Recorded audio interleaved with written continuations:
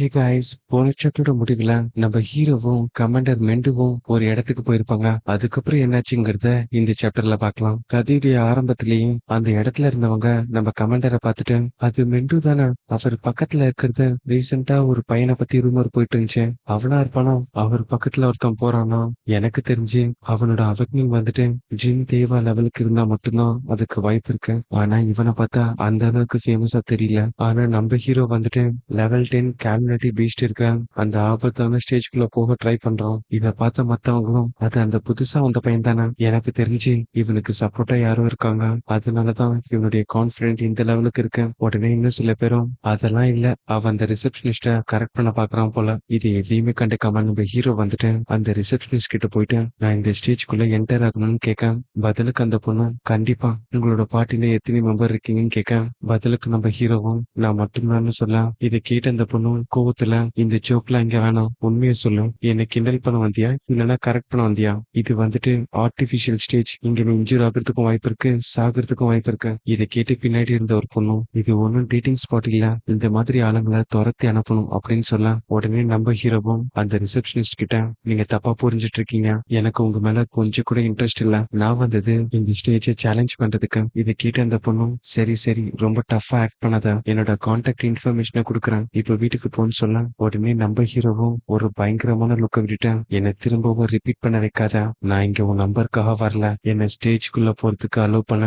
இதை கேட்டு அந்த பொண்ணு பயந்துட்டு, இன்கேஸ் உள்ள நீ இறந்துட்டுனா அதுக்கு நான் ரெஸ்பான்சிபிலிட்டி இல்லைன்னு சொல்லிட்டு ஒரு சில்வர் கலர் பேண்ட கொடுக்குறான். இதை கேட்ட மத்தவங்களும் அந்த பொண்ணே நம்பர் கொடுக்குறேன்னு சொல்லியிருக்கான். அதுக்கப்புறமா எதுக்குடா டஃபா நடிக்கிறேன். உடனே பக்கத்துல இருக்கணும் சிரிச்சுக்கிட்டு, லெவல் 0ல இருந்துட்டு லெவல் 10 ஸ்டேஜை சேலஞ்ச் பண்ண போறியா, இன்னுமா உனக்கு புரியல, இது ஒரு சூசைட் மிஷின். உடனே இன்னொருத்தனும், அவன் இந்த அளவுக்கு கான்பிடண்டா போறானோ, கண்டிப்பா அவன்கிட்ட ஒரு ஸ்பெஷல் கிரேட் கிஃப்ட் இருக்கணும், இந்த கிஃப்ட்ங்கிறது அவேக்னஸ்க்கு ஒரு போனஸ் மாதிரி, ஆனா அவங்களுடைய லெவலை பொறுத்துதான் அந்த கிஃப்டுடைய கிரேட் இருக்கும். இதே நேரத்துல நம்ம ஹீரோ வந்துட்டு அவன் கையில இருக்க பிரேஸ்லெட்டை ஸ்கேன் பண்ணிட்டு உள்ள என்டர் ஆகுறான். உடனே அவனும் மனசுக்குள்ள, இந்த ஸ்டேஜை கிளியர் பண்றதுக்கு எனக்கு 3 மினிட்ஸ் தான் இருக்குன்னு சொல்லிட்டு வேகமா ஓட ஆரம்பிக்கிறான். ஆக்சுவலா உள்ள போனதுக்கு அப்புறம் தான் நம்ம ஹீரோவுக்கே தெரியுது அந்த இடம் ரொம்பவே பெருசுன்னு. உடனே நம்ம ஹீரோ எதிர்பார்க்காத நேரத்துல கோடாமா ட்ரைபை சேர்ந்த ஒரு பீஸ்ட் அட்டாக் பண்ணுது. உடனே அவனுடைய கைய கோடாரியா மாத்தி அந்த பீஸ்ட பீஸ் பீஸ் ஆக்கிடுறான். பரவாயில்ல, நான் எதிர்பார்த்த மாதிரி இந்த ட்ரீக்கு அகைன்ஸ்டா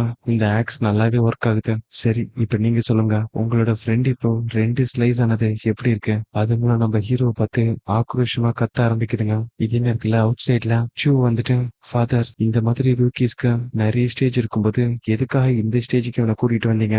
பதிலுக்கு அவரும், ஜின் தேவா, அவன் ஃபர்ஸ்ட் சேலஞ்ச் பண்ணது இந்த ஸ்டேஜ் தான், அவனை சர்பாஸ் பண்ணணும்னா இந்த ஸ்டேஜ் முதல்ல பீட் பண்ணணும். பதிலுக்கு அவனும், அவனை சர்பாஸ் பண்றதெல்லாம் இம்பாசிபிள், ஃபர்ஸ்ட் அந்த ஜின் தேவாவை பார்க்கும்போது ரொம்ப கைண்ட் அண்ட் அப்ரோச்சபிள் பர்சன் நினைச்சேன், ஆனா லெவல் 97 பீஸ்ட இன்ஸ்டன்டா கில் பண்ணும்போது அவரோட கண்ணை பார்த்தேன், அது ஒரு ஹியூமனுடைய கண் மாதிரி தெரியல, ஒரு கடவுளோட கண் மாதிரி இருந்துச்சு. பதிலுக்கு கமாண்டரும், இந்த பையன் கிட்ட பொட்டன்ஷியல் இருக்கு, அவனை மட்டும் கரெக்டான வேல கொண்டு போனோம்னா அவன் வேற லெவல்ல வருவான். அப்படி இந்த சீனை கட் பண்ணி உள்ள இருக்க நம்ம ஹீரோவை காட்டுறாங்க. சே, இதுங்களோட லெவல் ரொம்பவே கம்மியா இருக்கு, அதனாலதான் என்னுடைய மிமிஸ் வந்துட்டு ட்ரிகர் ஆகல. உடனே அவனுக்கு பின்னாடி ஒரு பயங்கரமான உருவம் வருது. நம்ம ஹீரோவும் அடுத்த நிமிஷமே அதை 2 ஸ்லைஸா வெட்டிடுறான். சே, நான் நிறைய எதிர்பார்த்தேன் இதுங்கெல்லாம் ரொம்ப ஸ்ட்ராங்கா இருக்கணும், ஆனா இவ்வளவு வீக்கா இருக்குங்க. ஆனா அடுத்த நிமிஷமே மிமிஸ் வந்துட்டு பி ரேங்க் ஸ்கில்ல டிரெக்ட் பண்ணுது. இதை பார்த்த ஹீரோவும் ஷாக் ஆகுறான். இங்க எதுவுமே இல்லைங்கிறப்போ அந்த கீழே விழுந்த மான்ஸ்டரும் திரும்பவும் நம்ம ஹீரோ அட்டாக் பண்ணுது. ஆக்சுவலா நம்ம ஹீரோ வந்துட்டு அதோடைய ஹெட்டை 2ஆ ஸ்லைஸ் பண்ணிருப்பான், ஆனாலுமே அது ரீஜென்ரேட் ஆயிருக்கும். இதை பார்த்த ஹீரோவும், அப்ப இது அவ்வளவு ஈஸியா முடிய போறது இல்ல, அப்பதான் சிஸ்டம்லயும் இதோட பேரு வந்துட்டு ரீஜென்ரேட் கூடாமா. இது கிட்ட இருக்க ஸ்பெஷல் எபிலிட்டி என்னன்னா ரொம்ப சீக்கிரமாவே ரெக்கவர் ஆயிடும். அடுத்த நிமிஷமே நம்ம ஹீரோ கிட்ட இருக்க அந்த பிளாக் ஐஸ் வால் வந்துட்டு ஆக்டிவேட் ஆகுது. இதன் மூலியமா அது கிட்ட இருக்க எல்லா பிரான்ச்சஸுமே வெட்டி வீசுறான். இது திரும்பவும் ரீஜென்ரேட் ஆகாம பாத்துக்கணும்னா அதுக்கு ஒரே வழிதான் இருக்கு, ஒரு மேசிவான டேமேஜை ஷார்ட் பீரியட்ல லான்ச் பண்ணணும் அப்படின்னு சொல்லிட்டு அடுத்த நிமிஷமே அதை மல்டிபிள் பீஸா வெட்டி வீசிடுறான். ஒரு வழியா இதோட கதை முடிஞ்சது. ஆனா இந்த பிளாக் ஐஸ் வால் யூட்டிலைஸ் பண்ணதுனால என்னுடைய மானார் ரொம்பவே ட்ரெயின் ஆயிடுச்சு.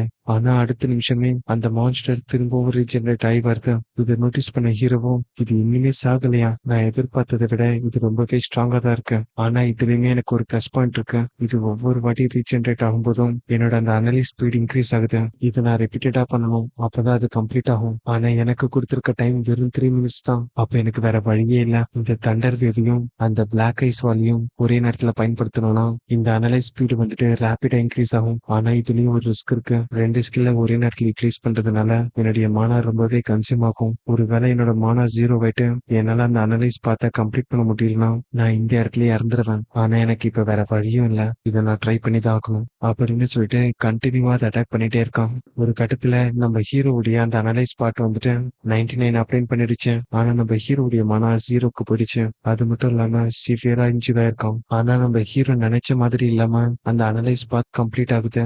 ஆக்சுவலா இந்த டைம் நம்ம ஹீரோவுக்கு வந்துட்டு லோட்டஸ் எக்ஸ்ப்ளோஷன்ங்கிற ஒரு ஸ்கில் கிடைக்குது. இது வந்துட்டு ஹீரோவுடைய மானாவை கன்சியூம் பண்ணி 5 மீட்டர் ரேடியஸ்ல இருக்க எனிமீஸ்க்கு சிவியரான டேமேஜ் கொடுக்கும். அடுத்த நிமிஷமே அந்த இடத்துல ஒரு பெரிய எக்ஸ்ப்ளோஷன் நடக்குது. இதன் மூலயமா அந்த பீஸ்டும் டிஃபீட் ஆயிடுது. இதே நேரத்துல வெளியில இருக்க அந்த ரிசப்ஷனிஸ்டும் 3 மினிட்ஸ் ஆக போகுது. ஆனா உள்ள போன அந்த பர்சன் வெளியில வரதுக்கான அறிகுறியே இல்ல. ரெஸ்கியூ டீமா உடனடியா கூப்பிடணும்னு சொன்னா உடனே சூ வந்துட்டு லெவல் 10ல இருக்க பீஸ்ட்னால அவனை ஒன்னும் பண்ண முடியாது. ஆனா 3 மினிட்ஸ்ல இதை கம்ப்ளீட் பண்ணுங்கிறது ரொம்பவே கஷ்டம். இதே நேரத்துல ஒரு நோட்டிபிகேஷன் வருது.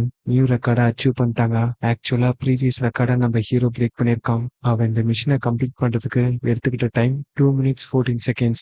வெளியில வர நம்ம ஹீரோவை பார்த்த மத்தவங்களும் இவன் ஜின் டேவாவுடைய ரெக்கார்டையே பிரேக் பண்ணிருக்கான். இதே நேரத்துல கமாண்டர் மென்டுவும் இது போதும், இப்ப நான் உன்னை அபிஷியலா என்னுடைய ஸ்டூடெண்டா எடுத்துக்கிறேன். உடனே பக்கத்துல இருக்க சூவும் என்னுடைய அப்பா ரொம்ப சந்தோஷமா இருக்காரு. அதுவும் ரொம்ப வருஷத்துக்கு அப்புறம். இதை கேட்ட மத்தவங்களும் என்னது மென்டுவுடைய ஸ்டூடெண்டா? பதிலுக்கு இன்னொருத்தனும் நான் எதிர்பார்த்தேன். ஏன்னா அவன் டேவாவுடைய ரெக்கார்டையே பிரேக் பண்ணிருக்கான். உடனே அந்த ரிசப்ஷனிஸ்ட் வந்துட்டு என்ன மன்னிச்சிருங்க, ரெக்கார்டை பிரேக் பண்ணதுக்கான பிரசன்டேவ்னு சொல்லிட்டு ஒரு கிஃப்ட கொடுக்குறான். பதிலுக்கு அவனும் அதெல்லாம் பரவாயில்ல, லெவல் 0ல இருந்துட்டு இந்த மாதிரி ஒரு இடத்துல சேலஞ்ச் பண்ணா யார் தான் நம்புவாங்க அப்படின்னு பேசிட்டு இருக்கும்போதே சூ வந்துட்டு எங்க கூட வரியா இல்ல நாங்க கிளம்பிட்டுமான்னு கேட்க உடனே நம்ம ஹீரோவும் பின்னாடியே போக சூ வந்துட்டு எங்க அப்பாவுடைய ஸ்டூடெண்ட்ங்கிறதுனால ரொம்ப அரகண்டா நடந்துக்காத. உடனே ஹீரோ வந்துட்டு இந்த ஸ்டேஜ் நான் கிளியர் பண்ணது உங்களுக்கு ஃபுல்ஃபில் ஆகுதுன்னு நினைக்கிறேன். இது டிஃபிகல்ட் லெவலை இன்க்ரீஸ் பண்ணலாமான்னு கேட்க பதிலுக்கு கமெண்டரும் நீ இப்போ அட்வான்ஸ் ஸ்டேஜே சேலஞ்ச் பண்ணலாம். அது மட்டும் இல்ல இந்த பீஸ்டுடைய ஸ்ட்ரென்த் வந்துட்டு லெவலை பேஸ் பண்ணிருக்குன்னு நினைக்கிறேன். ஆனா அது ஸ்பீஷியஸ் பேஸ் பண்ணிருக்கேன். நீ ஃபேஸ் பண்ற அந்த ஸ்பீஷியஸ் வந்துட்டு இன்டெலிஜென்ட் இல்லாம இருந்தா அதை டீல் பண்றது ரொம்பவே ஈஸி. ஆனா அதுவே ஒரு ஹியூமன் அளவுக்கும் இல்ல அதை விட பெட்டரான இன்டெலிஜென்ட் இருந்துச்சுன்னா அதை ஃபேஸ் பண்றது ரொம்பவே டிஃபிகல்ட். எதை வச்சு ஆர்டினரி அண்ட் அட்வான்ஸ் லெவல்னு ஸ்பிளிட் பண்றாங்கன்னா அந்த ஸ்பீஷியஸ் உடைய பவர் இன்டெலிஜென்ட் வச்சுதான். இந்த அட்வான்ஸ் ஸ்டேஜ் எல்லாமே நார்த் டிஸ்ட்ரிக்ட்ல தான் இருக்கு. வேற ஏதாச்சும் கொஸ்டின் இருக்கான்னு கேட்க இதை கிட்ட ஹீரோ வந்துட்டேன். அப்ப இதுக்கு முன்னாடி நான் ஃபேஸ் பண்ண அந்த 2 மான்ஸ்டரும் இன்டெலிஜென்ட்டா இருக்கிறதுக்கு வாய்ப்பே இல்ல. ஏன்னா அதுங்களால பெயினை ஃபீல் பண்ண முடியல. உடனே சூ வந்துட்டு இவன் என்ன ஃபீல் பண்ணிட்டு இருக்கான், இப்படிப்பட்ட ஒரு ஆறு அவங்க கிட்ட இருந்து ரிலீஸ் ஆகுது. இந்த சீன் இங்கேயே முடிய உடனே இதை கேள்விப்பட்ட ஸ்டூடெண்ட்ஸ் எல்லாருமே கமாண்டர் அவனை அட்வான்ஸ் ஸ்டேஜுக்கு கூட்டிட்டு போறாராம். நான் அக்செப்ட் பண்ணிக்கிறேன், அவன் ரெக்கார்டை பிரேக் பண்ணிட்டான். ஆனா நார்மல் லெவலுக்கும் அட்வான்ஸ் லெவலுக்கும் இருக்கிற டிஃபரன்ஸ் ரொம்பவே அதிகம். அது மட்டும் இல்லாம அந்த நார்த் டிஸ்ட்ரிக்ட் உடைய ஃபுல் கண்ட்ரோலுமே அந்த ஒருத்தங்கிட்ட தான் இருக்கு. அது மட்டும் இல்லாம அட்வான்ஸ் ஸ்டேஜுக்குள்ள நுழையிற எல்லாருமே ரீசெண்டா காணாம போயிட்டாங்கன்னு சொல்லிட்டு ஒரு ரூமரும் ஸ்ப்ரெட் ஆயிட்டு இருக்கேன். உடனே இன்னொருத்தனும் நீங்க சொல்ற அந்த பர்சன் வந்துட்டு ரெஜி கினோஷிதா தானே அப்படிங்கிறப்போ அவனுடைய வாயை பிளாக் பண்ணிட்டேன். இதை யாராச்சும் கேட்டாங்கன்னா அடுத்தது நீயும் காணாம போயிடுவ, பரவாயில்லையான்னு கேட்க அப்பதான் அந்த ரெஜி கினோஷிதாவை காட்டுறாங்க.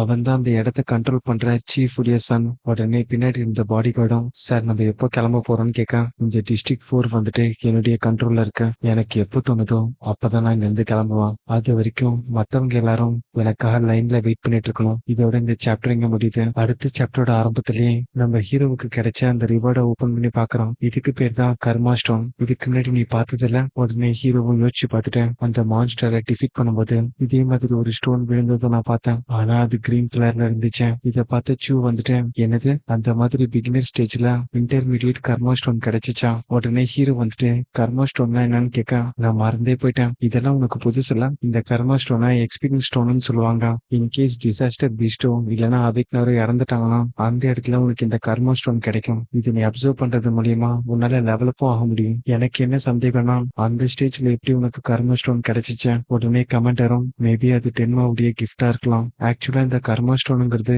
யாரையாச்சும் டிஃபீட் பண்ணணும் அதுக்கு ரிவார்டா கிடைக்கும். ஆனா நம்ம ஹீரோவை பொறுத்த வரைக்கும் அவன் 2 டிசாஸ்டர் பீஸ்ட டிஃபீட் பண்ணிருக்கான். ஆனா லெவல பார்க்கல. ஒன்ஸ் அந்த கர்மா ஸ்டோன் அப்பியர் ஆயிடுச்சுன்னா அது ரீசனே இல்லாம வேனிஷ் ஆகாது. என்னுடைய தியரி மட்டும் கரெக்டா இருந்துச்சுன்னா அந்த ஃபர்ஸ்ட் டிசாஸ்டர் பீஸ்ட நம்ம ஹீரோ கொன்னதுக்கு அப்புறம் யாராச்சும் அதை அப்சர்வ் பண்ணிருக்கணும். நம்ம ஹீரோவால அந்த கர்மாவை அப்சர்வ் பண்ண முடியல. அதனால அது கர்மா ஸ்டோனா கன்வெர்ட் ஆயிருக்கேன். உடனே சூ வந்துட்டு உன்னால லெவல பார்க்க முடியலன்னா அப்புறம் எப்படி உன்னுடைய ஸ்டாட் பாயிண்ட்ஸ் இன்க்ரீஸ் ஆகுது? பதிலுக்கு நம்ம ஹீரோவும் அது வந்துட்டு அப்படின்னு இருக்கா. உடனே கமாண்டர் வந்துட்டு ஒவ்வொரு அவிக்னருடைய கிஃப்டும் ஸ்ட்ரிக்ட்லி கான்பிடென்ஷியல், அதை நீ மறக்கலாம்னு நினைக்கிறேன் அப்படிங்கிறப்போ பதிலுக்கு சூவும் சாரி சொல்லிடா. உடனே அவர் வந்துட்டு அந்த கர்மா ஸ்டோனை நீ வச்சுக்கிறியோ இல்ல யாருக்காச்சும் செல் பண்றியோ அது உன்னோட விருப்பம். 5 கான்டினென்ட்ல இருக்க எல்லா கமாண்டருக்கும் ஒரு கான்ஃபரன்ஸ் நடக்க போகுது. நான் அதை அட்டன் பண்ண போகிறதுனால கொஞ்ச நாளைக்கு நான் இங்க இருக்க மாட்டேன். ஆனா நான் போறதுக்கு முன்னாடி சில விஷயத்த உங்ககிட்ட சொல்லிட்டு போறேன். அதை நல்லா ஞாபகம் வச்சுக்கோ. ஃபர்ஸ்ட் ஒன் வந்துட்டு என்கிட்ட இருக்க உன்னுடைய ரிலேஷன்ஷிப் அது சீக்கிரட்டாவே இருக்கட்டும். செகண்ட் வந்துட்டு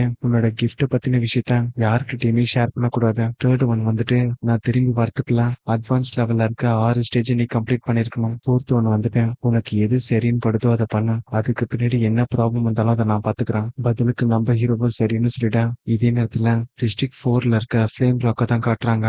அங்க இருக்க 2 பேர் வந்துட்டு நாங்க தான் ஃபர்ஸ்ட் வந்தோம், எதுக்கு உள்ள அலோவ் பண்ண மாட்டேங்கிறீங்கன்னு கேட்க பதிலுக்கு அங்க இருக்க பாடி கார்ட்ஸும் இந்த இடத்த ஆல்ரெடி ரிசர்வ் பண்ணிட்டாங்க. கினோஷிதா ஃபேமிலியுடைய கிராண்ட் சன் ஒழுங்கா இங்க இருந்து கிளம்பிடுங்கன்னு சொல்ல பதிலுக்கு அந்த ப்ளூ ஹேர் பையனும் பணம் இருந்தா என்ன வேணா பண்ணலாம்னு நினைக்கிறீங்களா? நீங்க சொல்ற அந்த பர்சன் இன்னும் இந்த இடத்துக்கே வரல.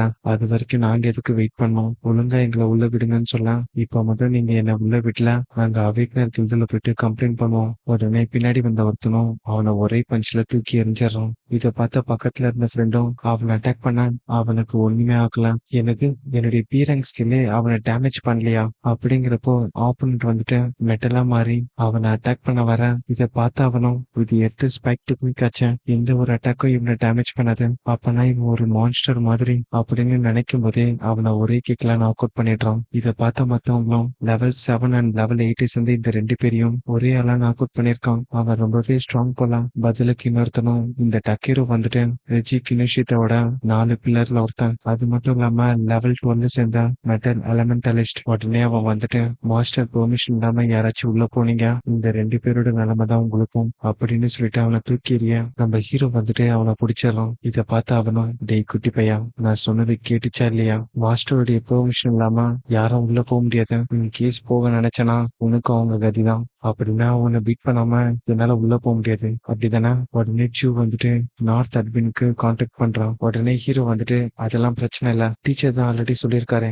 உனக்கு எது கரெக்ட்னு தோணுதோ அதை பண்ணுங்க, இவனை நான் பாத்துக்கிறேன், இவங்க 2 பேரையும் நீ பாத்துக்கோ. உடனே அவன் வந்துட்டு நம்ம ஹீரோவை ஸ்கேன் பண்ணி பாக்குறான். லெவல் 0ல இருந்துட்டு என்னை எதிர்த்து நிக்கிற அளவுக்கு தைரியமா, என்ன ஆனாலும் சரி இன்னைக்கு நான் விட மாட்டேன்னு சொல்ல நம்ம ஹீரோ வந்துட்டு அடுத்த நிமிஷமே அவன் ஃபேஸ்ல ஒரு பஞ்சை லான்ச் பண்றான். இதை பார்த்த மத்தவங்களும் அவன் ரொம்பவே ஃபாஸ்டா இருக்கான். லெவல் 0ல இருந்துட்டு இந்த அளவுக்கு ஸ்பீடா, ஆனா அந்த அட்டாக்க அவன் மெட்டலை வச்சு பிளாக் பண்ணிட்டான். உடனே அவன் வந்துட்டு அவன் கிட்ட நல்ல ஸ்பீடு இருக்கு ஆனா பவர் இல்லைன்னு சொல்லிட்டு அவன் கைய மெட்டலா மாத்தி நம்ம ஹீரோவை அட்டாக் பண்றான். நம்ம ஹீரோவும் அதுல இருந்து எஸ்கேப் ஆகி பின்னாடி வரான். இதே நேரத்துல மெனிமிஸ் வந்துட்டு அந்த சீரன் கூடிய ஸ்கில்ல டிரெக்ட் பண்ண ஆரம்பிக்குது. உடனே ஹீரோ வந்துட்டு நார்மல் அட்டாக் மேல எந்த எஃபெக்டும் காட்டாது. அப்பனா அவன் மெட்டலா மாறுறதுக்கு முன்னாடி அவன் அட்டாக் பண்ணும், அதுவும் ஸ்பீடா. உடனே நம்ம ஹீரோவும் அவனுடைய ஸ்பீட தண்டர் வேவோட கனெக்ட் பண்றான். நீ மெட்டலை வச்சு கவர் பண்றதுக்கு சான்ஸ கொடுத்தாதானே அப்படின்னு சொல்லிட்டு மின்னல் வேகத்துல அவனை கவுண்டர் அட்டாக் பண்ண ஆரம்பிக்கிறான். இது அங்க இருக்கவங்களால அவனுடைய அட்டாக் ஸ்பீட கூட பார்க்க முடியல. பதிலுக்கு அவனை என்னால மெட்டலை வச்சு கவர் பண்றது கூட இவன் டைம் கொடுக்க மாட்டேங்கிறான். 0 லெவல்ல இருக்கவனுக்கு எப்படி இந்த அளவுக்கு பவர்? இப்படியே போச்சுன்னா நான் தோத்துருவேன், எனக்கு இப்ப வேற வழியே இல்ல, நான் இப்ப அதை பயன்படுத்தி ஆகணும் அப்படின்னு சொல்லிட்டு அவனுடைய ஃபுல் பாடியுமே மெட்டலா மாத்திடுறான். உண்மையை சொல்லணும்னா இதுக்கு முன்னாடி நான் இந்த பண்ணதே இல்ல. நீ இந்த அளவுக்கு என்ன புஷ் பண்ணதுனாலதான் என்னால இதை சக்சஸ்ஃபுல்லா பண்ண முடிஞ்சு. இப்ப என்னுடைய கரண்ட் டிஃபென்ஸ் எவ்வளவு தெரியுமா? 500%. நான் வந்துட்டு உன்னை 2 துண்டா வெட்டி போடலாம் தான் பார்த்தேன், ஆனா இந்த ஸ்கில் எனக்கு கிடைச்சதுக்கு நீ தான் ரீசன். உனக்கு பெயின்லெஸ்ஸான டெத்தை கொடுக்குறான். உடனே ஹீரோ வந்துட்டு என்னுடைய கணக்கு மட்டும் தப்பா இல்லைன்னா அவனோட ஃபுல் பாடியுமே மெட்டல்ல வச்சு கவர் பண்ணதுனால அவன் கிட்ட இருக்க மானம் ரொம்ப வேகமா கன்சியூம் ஆகும். இதை கேட்டு அவனும் என்ன வளர்ற அப்படிங்கிறப்போ ஆக்சுவலா அவனுடைய மானா ட்ரெயின் ஆயிட்டு தான் இருக்கு. இந்த பையன் லெவல் 0ல இருந்தாலும் ரொம்ப ஷார்ப்பாவே இருக்கான். உடனே ஹீரோ வந்துட்டு கவலைப்படாத, உன்னுடைய மானா ட்ரெயின் ஆகுற வரைக்கும் உன்னை விட்டு வைக்க மாட்டேன் அப்படின்னு சொல்லிட்டு அந்த லோட்டஸ்குள்ள போயிடுறான். ஆக்சுவலா அந்த அனலைஸ் போர்ஷன் வந்துட்டு 100% கம்ப்ளீட் ஆயிடுச்சு. இதை பார்த்த சூவும் திரும்பவும் அந்த ப்ளூ லோட்டஸ் வந்துருச்சு. இவன் போக போக ரொம்பவே ஸ்ட்ராங் ஆயிட்டு வரான். ஆக்சுவலா இந்த வாட்டி நம்ம ஹீரோக்கு வந்துட்டு பிஎஸ்சிங் டூ ஸ்பியருங்கிற ஒரு ஸ்கில் கிடைக்குது. ஆக்சுவலா இந்த அட்டாக் வந்துட்டு எனிமி டிஃபென்ஸ் மோட்ல இருந்தாலுமே அவனோட உடம்ப பிஎஸ் பண்ணிட்டு போயிடும். உடனே ஹீரோ வந்துட்டு இதை வச்சு அவனை அட்டாக் பண்ணணும், அவனை கண்டிப்பா டேமேஜ் பண்ணிடலாம். ஆனா இதுல இருக்க டிஸ்அட்வான்டேஜ் என்னன்னா இது 1 மினிட் எடுத்துக்கும் அந்த அட்டாக்கை லான்ச் பண்றதுக்கு. ஒரு நார்மல் ஹியூமனாலேயே இது ஈஸியா லான்ச் பண்ணிட முடியும். இதே நேரத்துல நம்ம ஹீரோவுடைய ஸ்டாட் வந்துட்டு 250ல இருந்து 260 மாறுது. உடனே வெளியில வந்த நம்ம ஹீரோவும் ஆப்போனன்ட் நோக்கி அவனுடைய விரல காட்ட அங்க வந்துட்டு ஒரு ஃபிளவர் வருது. முடிஞ்சது டாச் பண்ணி பாருன்னு சொல்ல அந்த ஸ்கில்ல நம்ம ஹீரோ ஆக்டிவேட்டும் பண்றான். இதோட இந்த சாப்டர் இங்க முடியுது. அடுத்த சாப்டர் பாக்குறதுக்கு இந்த வீடியோக்கு ஒரு லைக்கை போட்டு நம்ம சேனலை சப்ஸ்கிரைப் பண்ணிக்கோங்க. அடுத்த சாப்டர்ல உங்களை சந்திக்கிறேன்.